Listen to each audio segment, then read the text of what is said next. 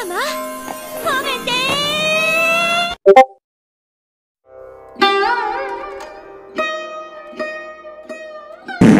Hello brother, Sugeng Rawing Channel, Lambe Movie. Gimana kabarnya kalian semua? Semoga aku, kamu, dan kita semua selalu diberikan kesehatan.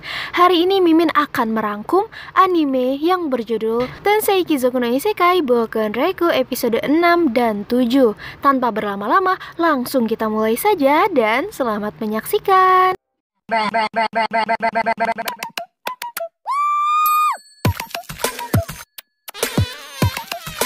Nope.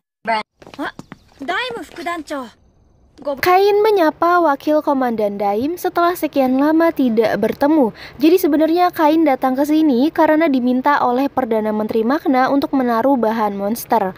Kemudian komandan Daim pun menunjukkan sebuah gudang tempat untuk menaruh para monster. Tetapi Kain berkata, waduh kayaknya kalau segini sih nggak bakalan muat karena monster yang akan ia taruh di sini adalah Earth Dragon. Tentu saja Komandan Daim terkaget-kaget dan terkejut karena Earth Dragon adalah monster yang belum tentu bisa dikalahkan oleh petualang rank A.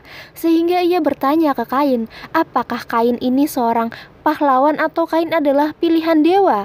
Tapi ya udah deh, akhirnya Komandan Daim menyuruh Kain untuk meletakkan monsternya di sana agar nanti para prajurit yang akan membawa monster tersebut masuk ke dalam.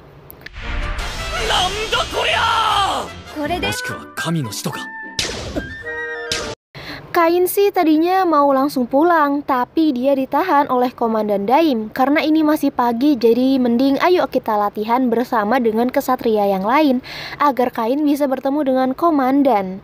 Karena Komandan ini suka orang yang kuat, jadi tunjukkanlah bakat Kain di hadapannya.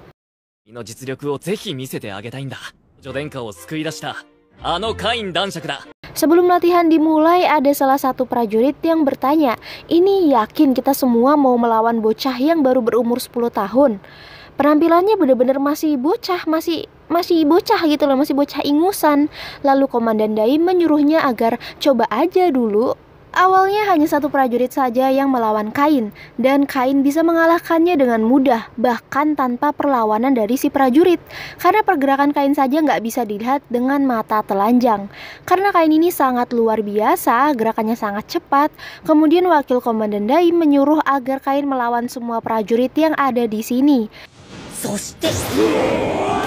Tak lama kemudian datang seorang elf yang mencegah hal itu. Ternyata perempuan itu adalah si komandan. Komandan bertanya kepada si Daim, kenapa ia menyuruh prajurit yang lain untuk melawan seorang bocah.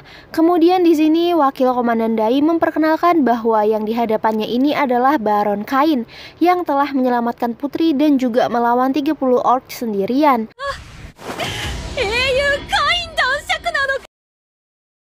Dari sana elf tersebut alias si komandan langsung mengajak duel Kain. Ya mau nggak mau Kain menerima ajakan tersebut. Walaupun sebenarnya dia diremehkan oleh wakil Komandan Daim dan juga kesatria lain. Karena nggak mungkinlah Kain bisa menang melawan si komandan yang telah diberi wahyu ilmu pedang oleh dewa. Tetapi di luar dugaan Kain berhasil mengalahkan si komandan.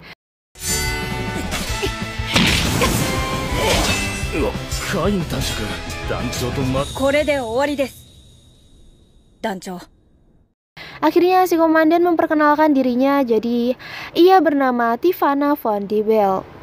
Ia adalah komandan kesatria kerajaan Esfort. Selain itu ia juga seorang putri.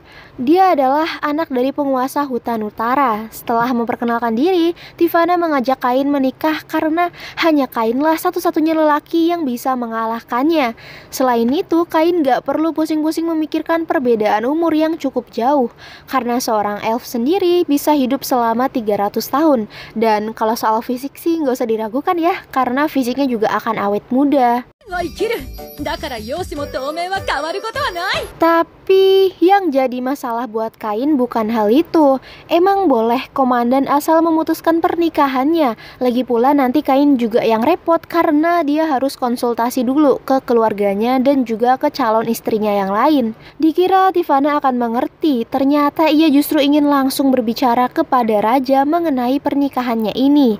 Ya, seperti dugaan kita semua, raja kaget dan juga kesal. Apakah Kain belum memberitahu Tiffana kalau dirinya sudah bertunangan dengan Putri Celestia dan juga Nona Silk. Kemudian Kain bilang bahwasannya hal itu kan masih menjadi rahasia, jadi dia nggak ngasih tahu nih ke si Tiffana. Raja pun menjelaskan ke si Kain kalau si Tiffana ini berasal dari negeri elf, di mana zaman dulu itu ketika ada perang, elf terkenal sangat cantik dan mereka sering diculik dan dijadikan budak. Namun berkat keinginan terakhir dari raja pertama yaitu Raja Yuya, ia memutuskan untuk nggak ada diskriminasi antar beda ras. Jadi dia menerima wilayah elf untuk melindungi para elf.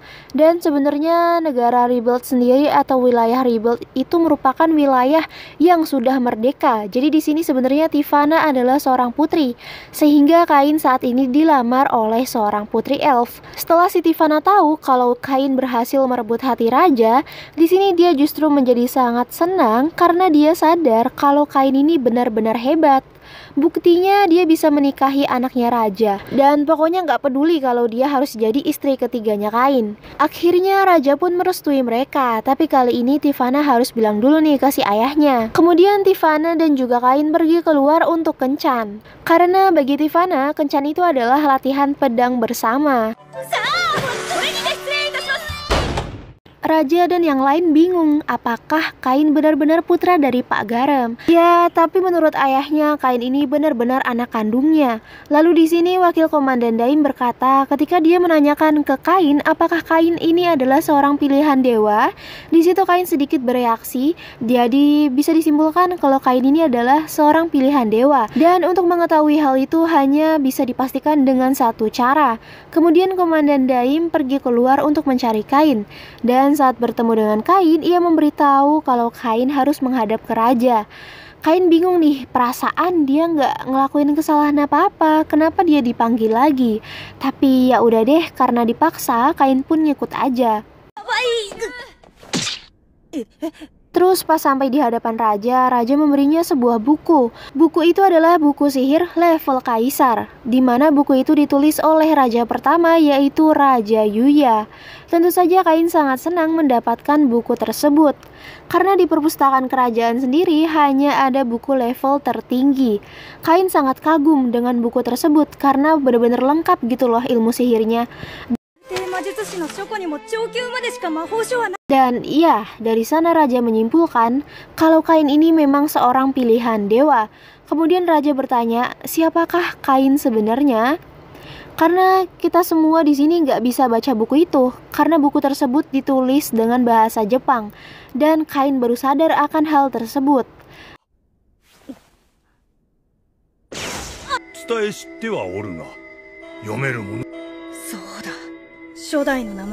Akhirnya mau nggak mau, Kain pun jujur ke mereka semua kalau Kain ini sebenarnya berinkarnasi dari negara yang bernama negara Jepang. Ia berasal dari dunia yang sama dengan si Raja Yuya. Tapi apakah Kain benar-benar anak dari Bapak Garam? Kemudian kata Kain, ya, dia memang anak dari Bapak Garam. Itulah yang dikatakan dewa ketika Kain dibaptis saat umurnya 5 tahun. Yang lain semakin terkejut karena Kain dari kecil ternyata udah bertemu dengan 7 dewa. Kemudian Kain pun diminta untuk memperlihatkan statusnya. Semuanya makin kaget ngelihat status Kain yang sangat tinggi. Bisa-bisa satu negara, mungkin satu dunia. Dan seluruh warga akan tunduk kepada Kain karena sebegitu tingginya gelar pilihan dewa. Tapi Kain pengen jadi manusia yang biasa aja. Dia tetap pengen jadi anaknya Bapak Garam. Dan Kain meminta agar semua ini dirahasiakan. Kain sangat bersyukur karena di dunianya kali ini ia bisa bertemu dengan Raja, Putri Celestia, Nona Silk. Bahkan Kain juga mendapatkan keluarga yang harmonis dan mendapatkan gelar Baron. Sedangkan di dunianya dulu keluarganya udah pada meninggal semua. Jadi ia bersyukur dengan apa yang ia dapatkan di dunianya sekarang. Jadi dia pengen raja tetap memperlakukan Kain seperti biasanya.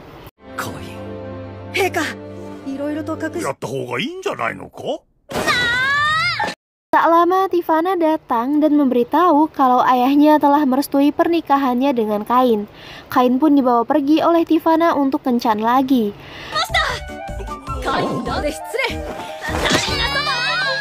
Raja dan yang lainnya lega melihat reaksi Kain.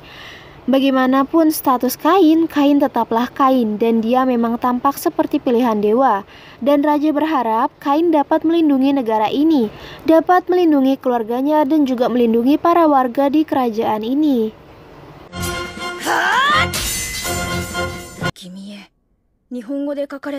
Kain terus membaca buku tersebut, dan dari buku itu Kain tahu bahwa si Yuya ini nggak berinkarnasi seperti dirinya. Jadi saat di Jepang itu Yuya tertabrak, kemudian ia pindah ke dunia lain, yaitu tepatnya di kerajaan Export ini. Sedangkan kalau Kain waktu itu setelah mati ia berinkarnasi menjadi orang baru. Tak lama para calon istrinya datang. Seperti biasa Tivana ingin mengajak Kain untuk latihan pedang. Tapi Kain terpaksa untuk menghindari mereka semua karena hari ini adalah hari yang sangat penting baginya. Hari ini adalah hari ulang tahunnya yang ke-12 dan karena dia sudah berumur 12 tahun, maka ia bisa mendaftar ke guild petualang.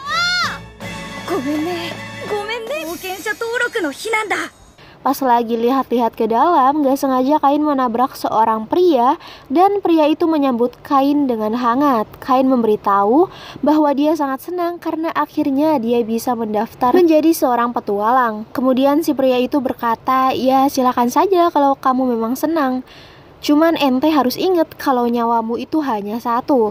Di sana Kain diberikan sebuah formulir. Kain mengisinya dengan benar, tapi di sini ia berpikir, apa perlu menulis nama Baron Kain? Maksudnya statusnya gitu loh kalau dia seorang bangsawan. Tapi menurutnya itu nggak ada sangkut pautnya dengan sebuah petualangan. Jadi ia hanya menulis namanya saja. Kemudian dia disuruh untuk meneteskan darahnya di sana agar nanti mananya dapat keluar. Setelah itu ia diberikan kartu dan Kain akan memulainya dari rank G. Dari sana Kain jadi teringat nih sama tutornya yang dulu yang masih berada di rank D. Sekarang kira-kira bagaimana ya kabarnya?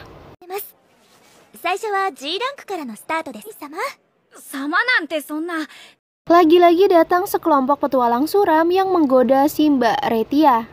Dan Kain juga yang kena sasarannya. Dia meledek Kain agar Kain pulang saja dan lebih baik Kain minum susu kemudian bobo.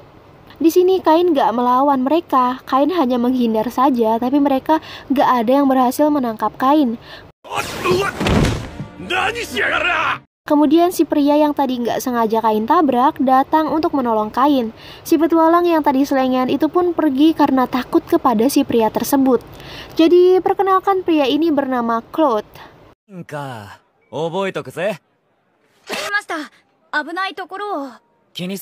Dan dia sering dipanggil Api Es karena itu adalah nama partinya. Jadi di dalam party dia menggunakan pedang api sedangkan istrinya menggunakan sihir es. Dan yang bikin orang-orang takut ke dia itu adalah si Claude ini adalah petualang rank A. Selain itu penilaian Claude juga lumayan jago nih karena dia bisa tahu kalau Kain ini bukan orang sembarangan. Walaupun Kain masih kecil, dia adalah orang yang hebat karena cara menghindarnya tadi sangat efisien dan pasti membutuhkan latihan yang sangat lama untuk bisa melakukan hal tersebut. Di sini Kain cuman bilang kalau dulu pas masih kecil ia dilatih oleh seorang tutor. Tapi sebenarnya di sini Kain kagum ke si Claude karena Claude udah rank A.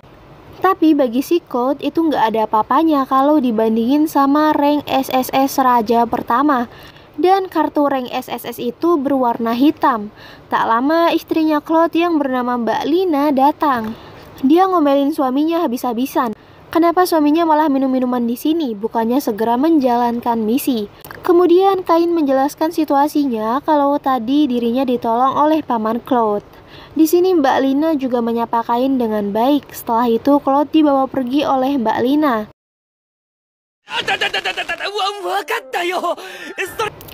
Singkat cerita, misi pertama yang Kain ambil adalah membasmi goblin di hutan timur. Pas lagi mau OTW, Kain justru bertemu dengan Tivana. Padahal tadinya Tivana dan juga wakil komandan Daim pengen latihan keluar ibu kota. Tapi karena bertemu dengan calon suaminya yang hendak menjalankan misi pertamanya, jadi Tivana memutuskan untuk ikut bersama dengan Kain. Mau nggak mau, Kain pun terpaksa mengajak Tivana. Saking senangnya, Tivana bilang kalau teriakan monster terdengar menenangkan kalau bersama dengan suaminya. Sesampainya di hutan, Kain menggunakan sihir search dan diketahui di depan sana ada segerombolan goblin.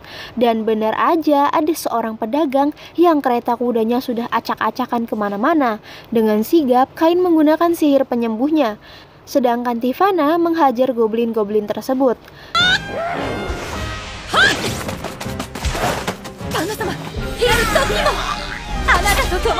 Selain itu, Kain juga memberi sihir pertahanan untuk Tivana. Ternyata itu semua nggak berhenti di sana, karena justru hal itu menarik perhatian monster Green Lizard. Kain menyuruh agar Tivana pergi saja. Kalau masalah ini, tolong serahkan saja ke Kain. Dengan menggunakan sihir cahaya dan juga sihir es, semua Green Lizard itu dapat ia bunuh dalam sekejap.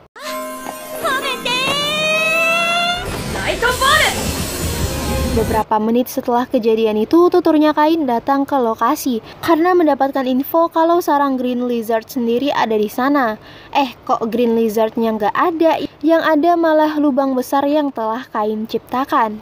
Sesampainya di guild, Kain memberitahu si Mbak Retia kalau dirinya tadi sudah membunuh Green Lizard. Mbak Retia berpikir kalau Kain hanya beruntung karena seseorang yang dapat membunuh satu Green Lizard adalah seorang petualang rank D, sedangkan yang bisa membunuh sekawanan Green Lizard adalah petualang rank C. Kemudian Kain bilang kalau dia sih membunuh 30 ekor Green Lizard. Mendengar hal tersebut, Mbak Retia segera memberitahu si Sif, kita panggil aja si Cedric ya. Ya, anggap aja si Cedric ini adalah atasannya. Cedric langsung menyuruh Kain masuk dan berbicara kepadanya. Di sini si Cedric justru menyuruh Kain jujur dari mana Kain mencuri Green Lizard tersebut. Karena nggak mungkin rakyat jelata seperti Kain mampu mengalahkan Green Lizard. Kain bilang kalau dia menghabisi semua monster itu sendirian.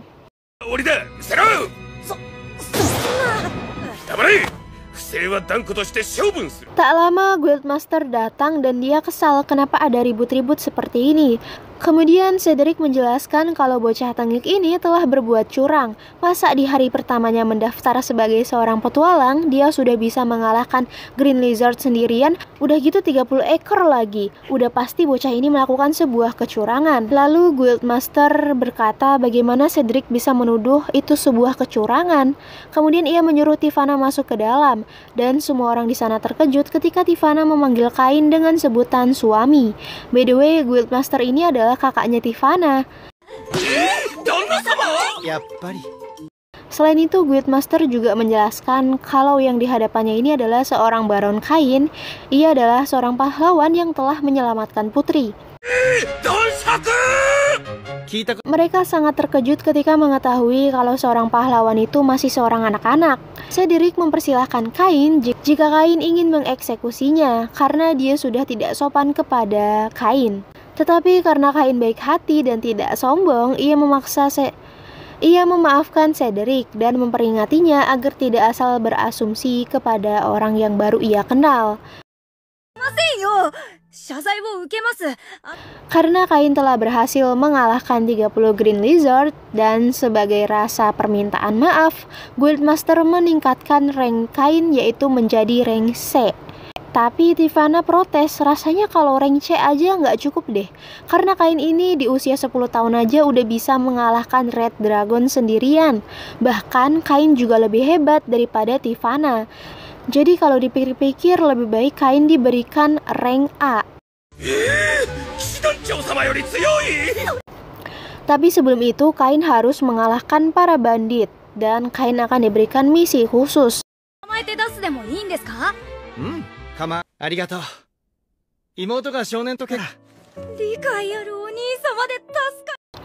Di sini para dewa tertawa senang karena sampai saat ini Kain tidak pernah berubah dengan sikap rendah hatinya. Kemudian salah satu dewa bertanya, apakah ada alasan khusus kenapa Kain diberikan kekuatan sehebat itu? Ya, jadi Kain ini diberikan kekuatan sehebat itu karena segel Aron hampir terbuka. 300 tahun lalu Aron disegel, tapi nggak tahu tuh sekarang nasibnya akan seperti apa kalau segelnya kelepas. Takutnya kalau nanti Aron bangkit, maka dunia yang makmur ini bisa akan menjadi kacau kembali.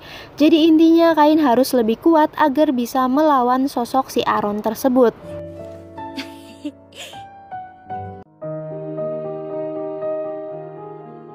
Cukup sekian video kali ini. Terima kasih untuk kalian semua yang sudah menonton. Mohon maaf jika masih banyak salah kata. Jangan lupa like and subscribe-nya ya. Sampai jumpa lagi and paka.